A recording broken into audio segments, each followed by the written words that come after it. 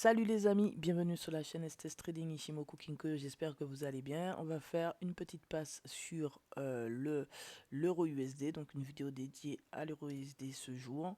Alors comme vous pouvez le constater, on est bien dans un biais de vente, que ce soit une tendance de momentum baissière ou de prix baissier, en tout cas sur les unités de temps inférieures. On a échoué à casser le haut précédent, on a fait ici une P, on a fait un choc, ce qui a donné ici un sommet. Et on est parti. Donc alors cette P nous a fait une belle N. Et on est parti à la vente. Revenir sur ce creux, ce niveau de creux qui nous donne une belle longue mèche baissière avec un volume très intéressant. Et on se rend compte qu'on est en plein ralentissement qui joue une SSB à plat. Signe qu'on n'arrive pas à dépasser les 26 et les 56 dernières périodes, que ce soit en zone haute ou zone basse. Il est à noter que SSA s'éloigne fortement de SSB. Donc on a bien un momentum de vente, mais cet éloignement n'est pas très bon. Ça veut dire qu'on subit une pression ici des acheteurs. Et pour rajouter les choses, on a un fort écart Tenken Kijun versus SSA SSB, ce qui montre ici une divergence et que le marché pourrait éventuellement repartir à l'achat, retracer ou continuer à latéraliser. C'est tout ce qu'on va essayer d'identifier aujourd'hui en ce qui concerne ce marché.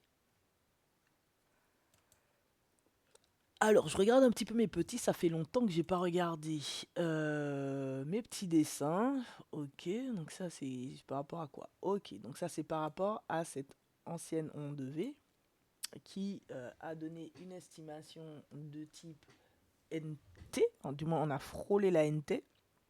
Et la NT, c'est un retour à l'équilibre point C. Donc vous voyez qu'on ne revient pas forcément sur le point C, parce qu'en fait, on n'a pas eu... Voilà, on devrait revenir, du moins, sur le point C, voire sur cette ligne verte, enfin, grise, juste là, en termes de profondeur par rapport à ce qu'on a fait.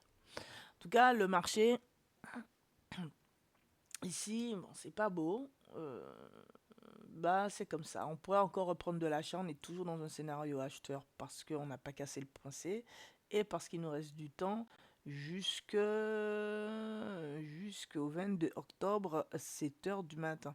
Donc, on a encore une opportunité ici de faire un scénario haussier.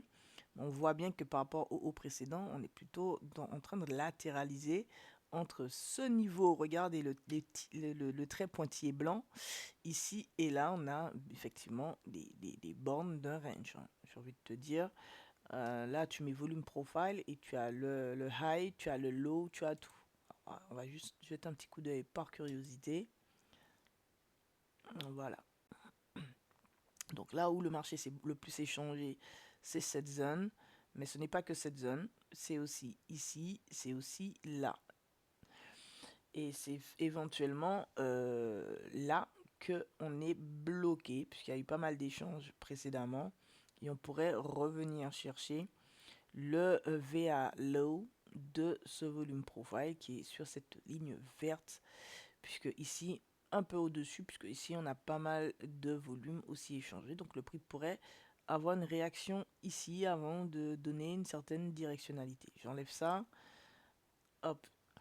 Donc ici, voilà ce que propose ce scénario. On est peut-être en train de latéraliser pendant un bon moment. Le mois d'octobre serait-il un mois de latéralisation? Ce serait bien dommage, ma foi.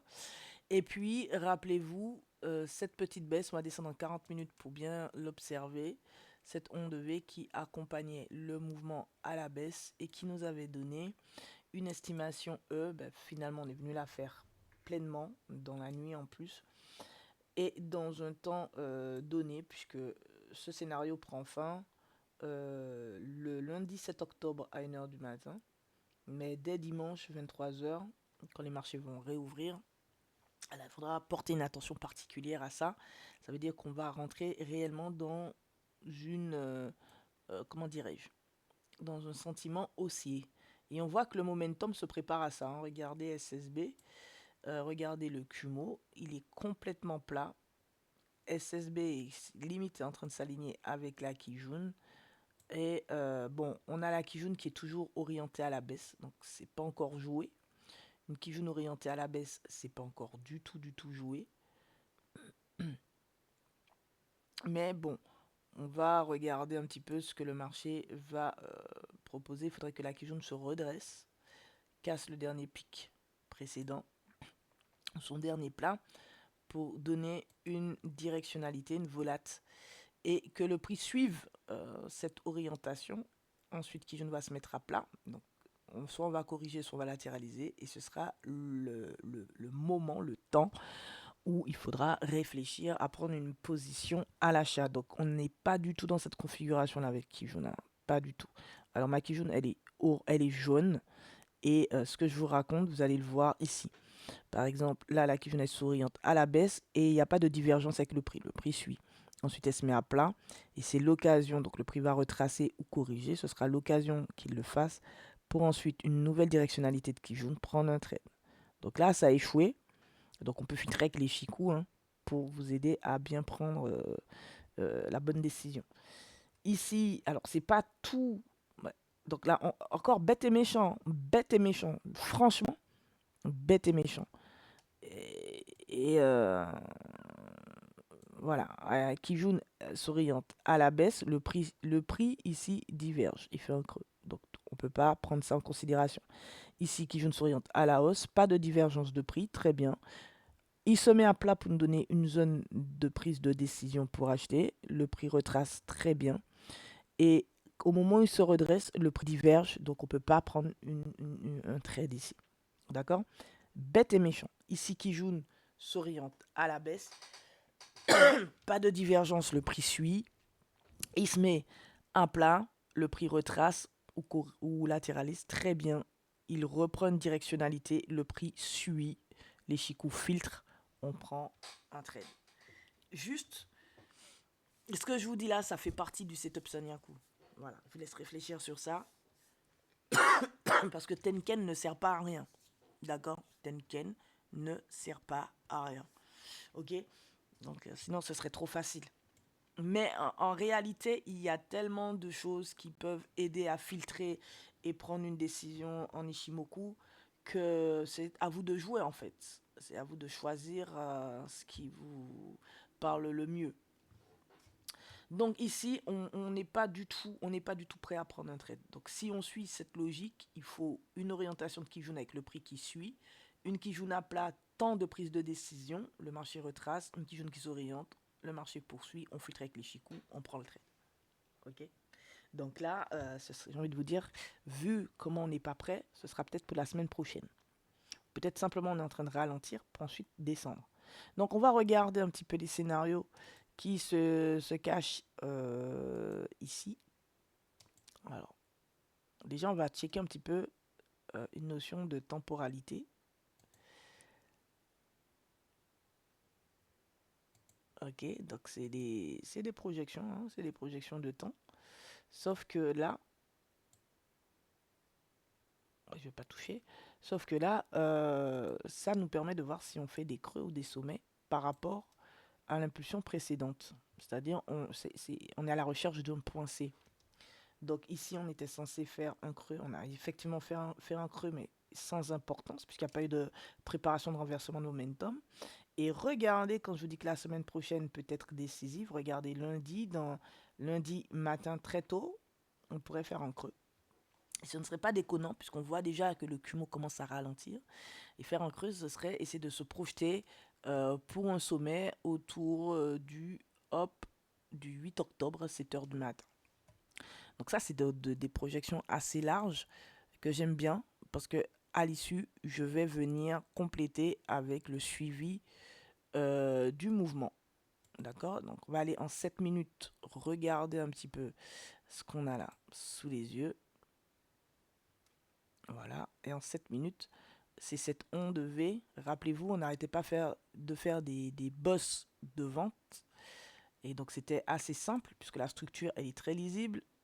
ABBC, correction, ABBC, correction. Donc quand tu poses un temps et que tu poses des niveaux de prix, ça va tout seul. Et puis là, on est en train de ralentir, on s'étale. D'accord? Depuis ce dernier boss, on s'étale. On s'étale. c'est moche. Mais on n'a pas cassé le haut précédent, c'est-à-dire le haut de la bougie du 3 octobre 14h31. On n'a pas cassé clôturé. Donc, dans toute cette mochitude, qu'est-ce qu'on a fait? On a fait un boss, on a fait un retracement qui est hors temps, je pense, qui est vraiment hors temps. Puis on continue le mouvement ici. Et donc, on n'est plus sous l'influence d'une continuation de baisse. Donc, on est dans autre chose. Et Sakatago nous dit, Maître Omna, que ça peut se faire avec 3 pics, le renversement. Et là, on a déjà un, deux, et c'est peut-être le troisième. C'est peut-être. Il faut valider. Donc, c'est pourquoi j'étudie ce mouvement et j'ai une onde. Alors, cette onde, elle est bien gentille, elle est bien jolie, elle est bien belle, tout ce que vous voulez, mais on est en train de faire une paix. Et on est posé sur la clôture, la fermeture d'hier et une estimation de type P. Donc on ne bouge pas des masses. On est vraiment coincé. On est vraiment coincé. On n'arrive pas à prendre de la volatilité. Regarde, on a un Kinkoi orienté, mais on n'arrive pas à prendre de la volatilité. On n'arrive pas à saisir cette volatilité pour prendre un trade. Et donc on pourrait attendre que Kijun s'oriente pour voir si le prix aussi suit euh, cette proposition. Ensuite, qui se mette à plat, temps de réflexion pour prendre un trade et puis prendre un trade. Mais il faut passer la bougie. Pour moi, il faut d'abord casser, clôturer la bougie d'aujourd'hui, 7h52. Et lorsqu'on l'aura cassé, clôturé, Kijun va s'orienter selon moi.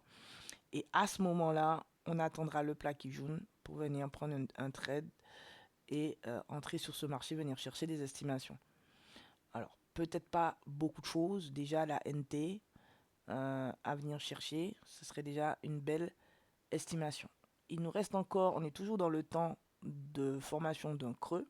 Donc ça veut dire que le temps 4 ici, qui va bientôt se terminer, si réellement il nous donne un sommet ici, il sera en accord avec le temps 1 pour faire un point C1. C'est-à-dire que là, on va rechuter. On va chuter et on va revenir chercher des estimations. Donc, je surveille, je vous invite à surveiller 9h51 et à regarder le marché après 11h43.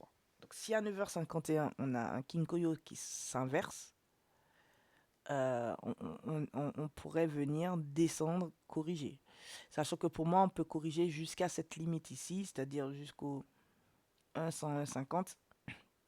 Si on casse et clôture les 1,101,50, donc stratégie de breakout, tu casses avec un fort volume, tu retestes avec de faibles volumes, tu repars. Le point A risque d'être pris. Hein. Donc là, ok, pas de problème.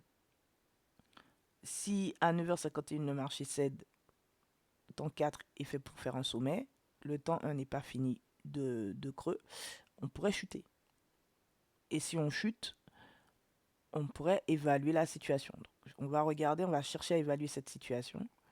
On va regarder ensemble pour voir jusqu'où nous pourrions aller. Ok, je regarde ça et je reviens vers vous tout de suite.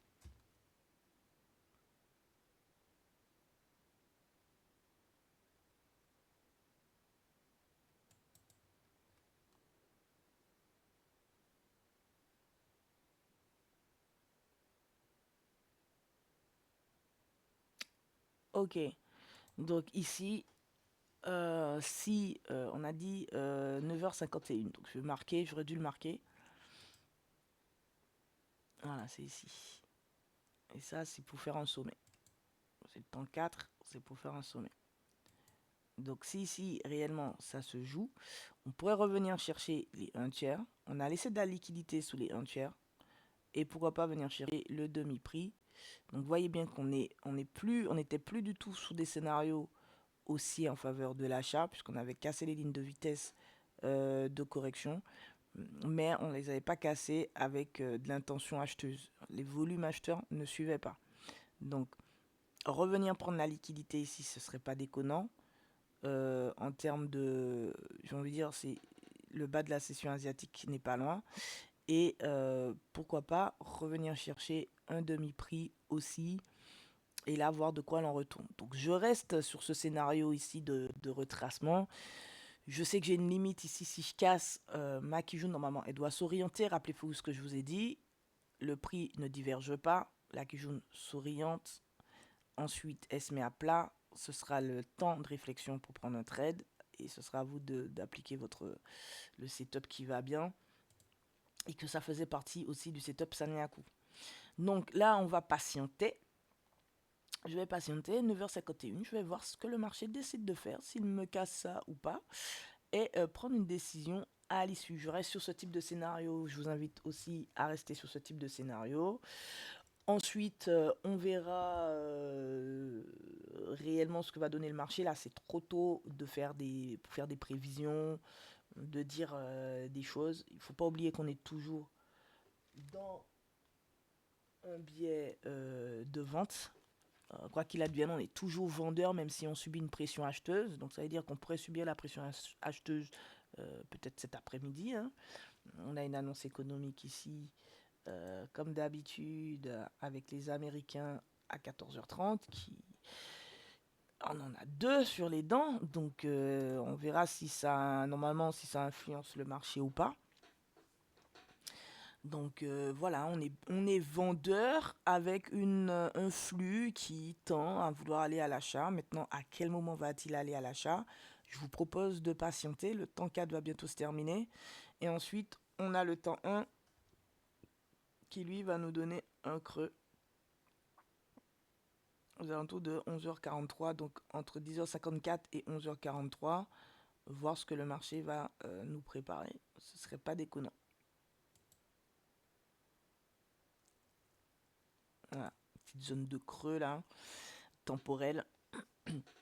Soyez prudents sur les marchés, ne faites pas n'importe quoi. Et je vous dis à très vite sur la chaîne STS Trading. Ishimoku, King Koyo. Prenez soin de vous. Et puis les amis, je me répète à chaque fois, mais il faut penser à vous abonner. D'accord? Pensez à vous abonner, c'est très très important. Allez, tchuss.